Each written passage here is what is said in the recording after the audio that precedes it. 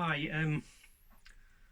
I've had a bit of a problem since I did the show at Radical on Saturday. It was a lovely evening. It was great to see so many people, and I loved being with you all. But ever since then, I've had a bit of a problem, and I've just come into my workshop today. I'm not going to show you around because it's a workshop, um, and had a bit of a problem because I keep all my stuff in here, and I've got these. You saw some of my silk handkerchiefs and things like that when I was doing the show, but I've got more, and I've got these three. You see, I've got these purple ones and a yellow one. But some of you might remember there was an incident with a banana, a bit embarrassing, and I've got this cloth here that you might recognise was a bit. It's a bit of a nuisance, this cloth, because everything that comes into contact with it disappears. And I'll show you what I mean. I was playing about with these silk handkerchiefs. There's a yellow one and my purple ones, and I was playing about with those. And I thought, well, I'll just try that again because I don't really know what's going on, apart from me dropping it on the floor. So I'll just try and sort it out. So I made the little bag up like that again. I get that corner and that corner, and I make the bag up like that, bring the other corners up like that, and that makes it into a little sort of bag like thing, you see. I think that's right.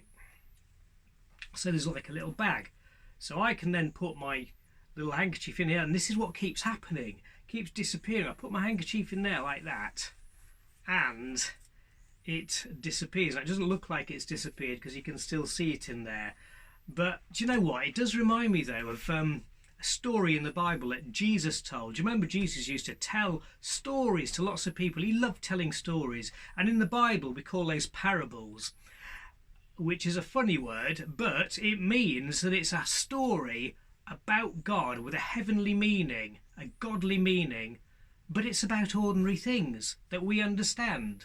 And sometimes, do you know what? Sometimes even the people that he told the stories to didn't understand. His disciples, his closest friends used to say to him, can I just have a word? I didn't really understand that story.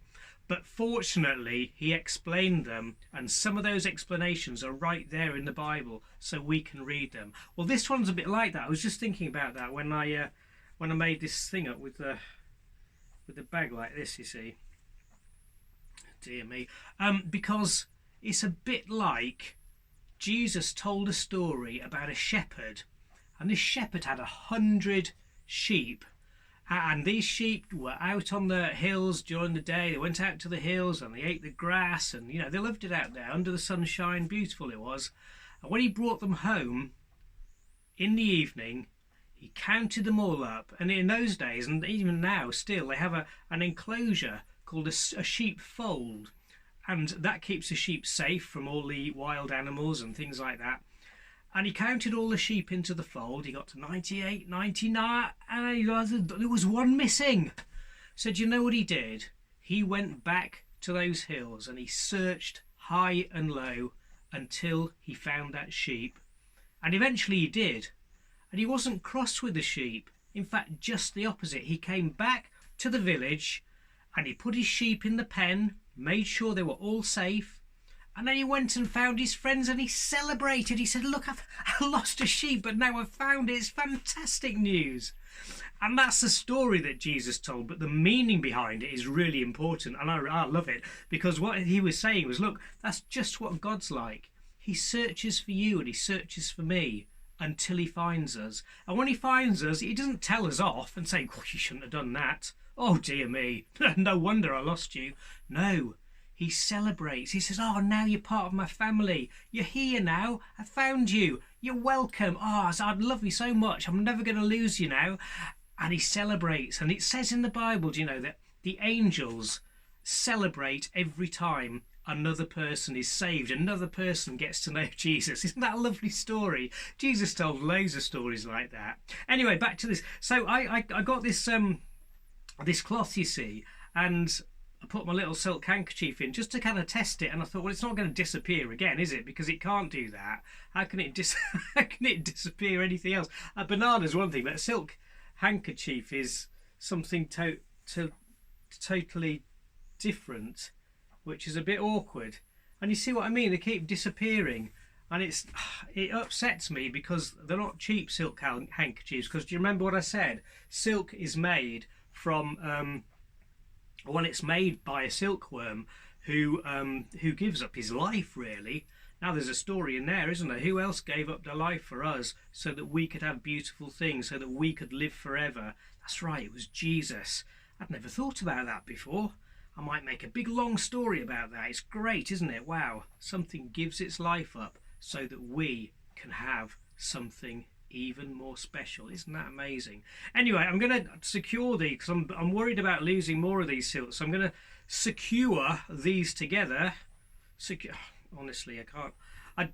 I should really practice before I actually do this. It's very cold out here in my workshop this evening, but I'm going to be able to. I should be able to tie these together like this. You see, and thankfully I haven't got Hadley here, so that way he won't get in the way. And have I done it? There we are. I've done it. Tied those two silk handkerchiefs together. I'll just put them in this glass. Can you see that glass there? That'll go in there like that. And I tied them together because that reminds me that, do you know what? When Jesus seeks for us, he searches for us, and he finds us, and he brings us into his family, that's what he does. He ties us together with him, and he says, I'm never going to let go of you. And you might think, well, that's all very well, but what about that yellow one? That's disappeared, hasn't it? But no, God's much more powerful than that, you know. God doesn't just because we can't see things, doesn't mean that God has taken his eye off them. In fact, you know what?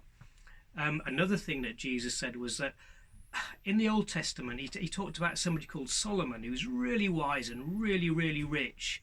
And he said, you know what? Everything that Solomon had didn't make him as important as you are. He was dressed in fine clothes. In fact, he said even Solomon wasn't as important as the birds and the flowers in the fields that God knows about.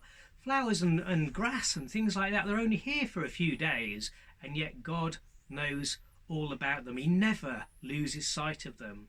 And he said, you know, do you know what? It's like little birds. God doesn't even miss when a little sparrow falls down. Maybe it's been too hungry or it's got struck by lightning or something, I don't know. But God never misses that because he cares about things as small as sparrows and as small as flowers in the field. And Jesus said, don't you think that God cares more about you than he cares about those flowers and about those little birds? Of course he does. Of course he does. You're so valuable to God.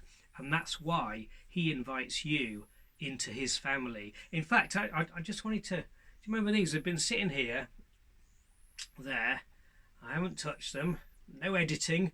But let's see what's happened here. We got, there we are. There is that yellow handkerchief, just like I said. God not only remembers all of us, but he joins us together with him because we're so valuable. So remember that sometimes we feel lost, don't we? We feel like God's forgotten about us, but Jesus reassured us in his stories that he told and the pictures that he painted of how important we are to God. And all we've got to do is accept the love that God gives us. We've got to say sorry for all the wrong things we've done because God's forgiven us for those things, and because he forgives us, we can be his friends forever. And I mean forever, not just until you die, but forever after that. And that's really something to look forward to, isn't it? Anyway, it's been great to be with you over this holiday season, this Christmas season, when we've been thinking about when Jesus was born as a tiny little baby. And I hope I'll see you very soon. I hope you got some great stories to tell us about Christmas and about what Jesus means to you. I'll look forward to hearing those. See you later. Bye. God, I don't understand that, mate. It's really strange.